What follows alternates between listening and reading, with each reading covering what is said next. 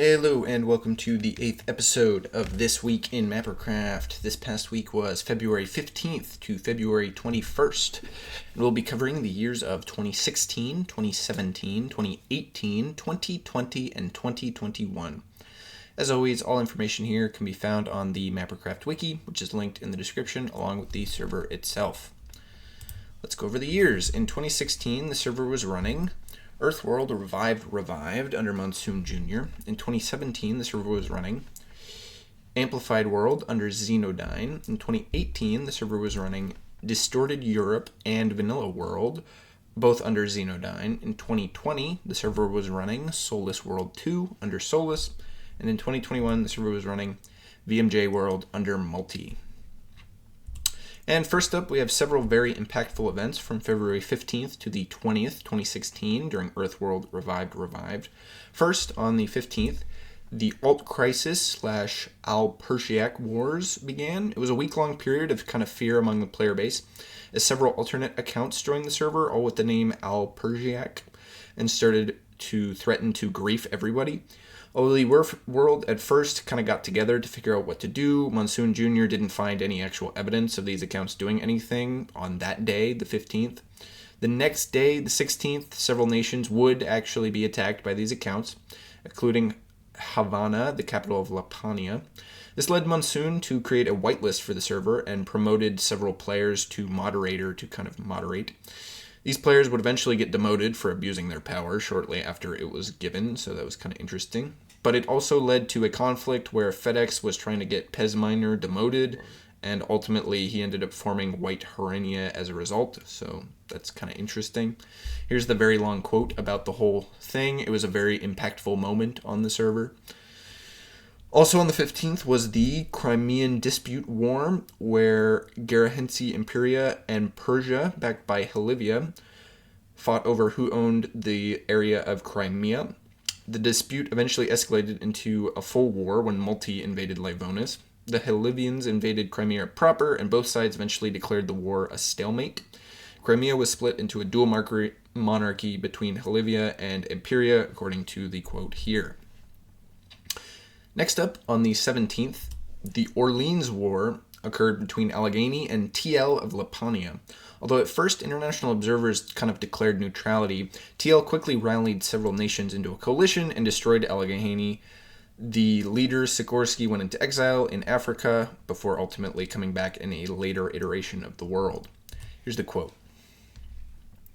Finally, on the 20th, the White Herenian crisis occurred when several people tried to get FedEx banned for raiding and griefing kind of everybody. The server split into pro-FedEx and anti-FedEx factions, with the pro-FedEx side claiming that the anti-FedEx side were biased against him personally, while the anti-FedEx side claimed that he had broken many rules by kind of hiding and declaring war on everybody, acting like it was kind of an anarchy server.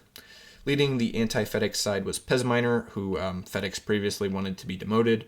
According to Batran managed to settle everyone down by looking into demoting Pezminer and making FedEx a horse for 2 weeks, according to the quote. It was a very strange kind of event that was listed on the wiki here. Not sure if we really got an unbiased view of that.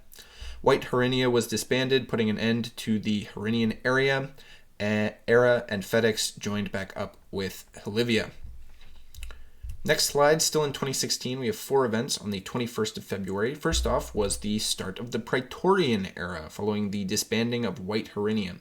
This era was marked by the formation and subsequent defeat of the Fourth Empire by the Helivian-led Praetorian Order. Here's the quote for that. Next up, on the same day, the Fourth Empire was formed as a union between the Garahensi Caliphate, Imperia, Lapania, and several other minor nations. Helivia was invited, but didn't really get back to them in time. The capital of this Fourth Empire was set in Algiers, and here's the quote for that. Following this formation, on the same day, the Fourth Empire moved to invade several different nations to sort of solidify their international position. First, they invaded Saturnia and took one of their members back as kind of a indentured servant to Lapania. However, that guy revolted shortly after and fled to Helivia. After that, the empire kind of had a dispute over Persia, which they eventually managed to gain as an imperial territory. Here's the quote for all of those. Finally, the last event for 2016, we have the imperial civil crisis, not boding well for the future of the Fourth Empire. A coup was begun to remove TL from leadership.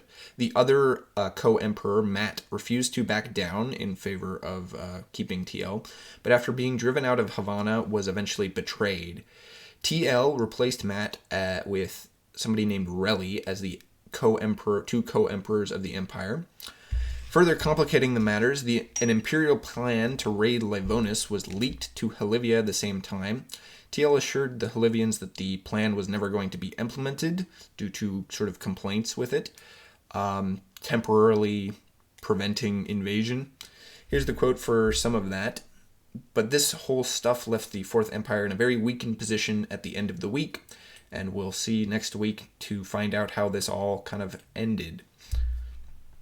Next up, we have 4 events from the 15th to the 31st of February 2017 during Amplified World. First up, we have the Dostrium Pibopolis crisis, where Mac thought that Dostrium was invading Pibopolis, but it was quickly revealed to be a mistake, as seen from this quote. Next, the End was opened, and players from the Marino-Estlandian Commonwealth invaded it. However, the portal was broken, so they got teleported into the End instead, and eventually it appears the server may have accidentally crashed as a result of this, as seen in the quote here, although it quickly came back online. Finally, the last event on the 16th was the TPA bug crisis, where Agnius and Monsoon Jr. got accidentally teleported into Pibopolis, and were assumed to be invading since they killed Mac for life. However, as it was all kind of a bug and an accident, the issue was quickly remedied, as seen in the quote here. Finally, the last event for the week, the Richonian Republic was reformed, as they had previously been forced to split up into multiple factions to prevent them from dominating the world. After about a week of the world, staff decided they could come back, and they did, as seen in the quote here. And that's it for 2017. Next up, we have a single event from February 15th to the 16th, 2018, during Distorted Europe Revived. It was the closing of the world on the 16th, as seen in the quote here. The next world started the same day, and it was Vanilla World. For that, we only have one event from the 16th to the end of the week, 2018, which was the world opening. This is basically the only information we have from the world, unfortunately, but here's the quote for it. Not a lot of information about Vanilla World on the wiki. Next up, we have 2 events from February 15th to the 21st, 2020, during Solus World 2. First, on the 16th, Cascadia disbanded, leaving the west coast of North America empty. Here's the pretty limited quote. And later, on the 20th, the First Zweiter War began between Zweiterland and an alliance of Iberia and Kursk, supported by Commonwealth volunteers. This war was undertaken as both nations feared that Zweiterland was gaining a stranglehold on the international economy and was planning a series of invasions to kind of subjugate the world. After 2 PvP skirmishes took place against the nation of Malacca, they decided that they were a threat and they needed to be contained. The war ultimately concluded in a stalemate, as this was the last war to use the older version of the war rules, and the war rules that were used for the rest of Solus World 2 were implemented afterward. On the first 2 days of war, Zweiterland was heavily griefed, while Iberia suffered minor damage. Kursk's fortresses were heavily damaged by Zweiter raids, where they avoided combat and flew away using elytras. Thus, this war ended up leading to the banning of Riptide Tridents and Elytra in the new iteration of the war rules. We'll see the end of the war next week, as well as all of those changes to the war rules, which I'll go over in the next video. Here's a very generalized quote about the war as a whole. Solus World 2 is a bit slow this week, but it'll pick up a good amount as we move into March. Finally, to end the video, we have 4 events from February 15th to the 21st of 2021 during VMJ World. First, on the 16th, we have the Islands War between Sarkhan, led by Irish Child, and Yamatai, led by Notafutan. This was a very intense war between the two nations. Joseon would fight on behalf of Yamatai, while several volunteers would assist Sarkhan in exchange for a payment, kind of mercenaries. The two sides were relatively evenly matched, resulting in much destruction all around. The war was not decided on the first day, but on the 17th, after both California and Sakhalin declared independence from Yamatai, and Joseon dropped out of the war on their own terms, Yamatai surrendered, as seen in the quote here. Sarkhan annexed their territory before selling it for a single diamond, much to international ridicule. It has always been unclear why Irish declared this war. It was possibly a holdover from the Muscovite War of Independence, when Irish was kicked out of the Nevan Empire by Noda. However, an alternate theory is that both nations were competitors in the enchanted book trade, marking one of the few times in Mappercraft history that economic factors directly led to warfare. Another interesting event during this war was the controversial bombing of Seoul in Joseon by Zongguo volunteers, temporarily damaging the usually amicable relationship between the two major powers. Pusillanimous, the primary perpetrator, would be forced to pay a 200 diamond fee for the damages caused during the war. This war also began a period known as the Week of Wars, where there was a war occurring basically every day for almost a full week.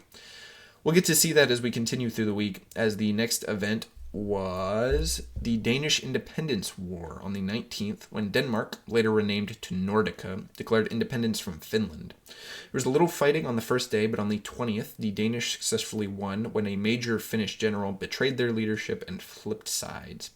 This resulted in Nordica completely annexing Finland, as seen in the quote here. Following the stunning victory on the 20th, the Nordic-California War began, as Nordica attempted to follow up their success.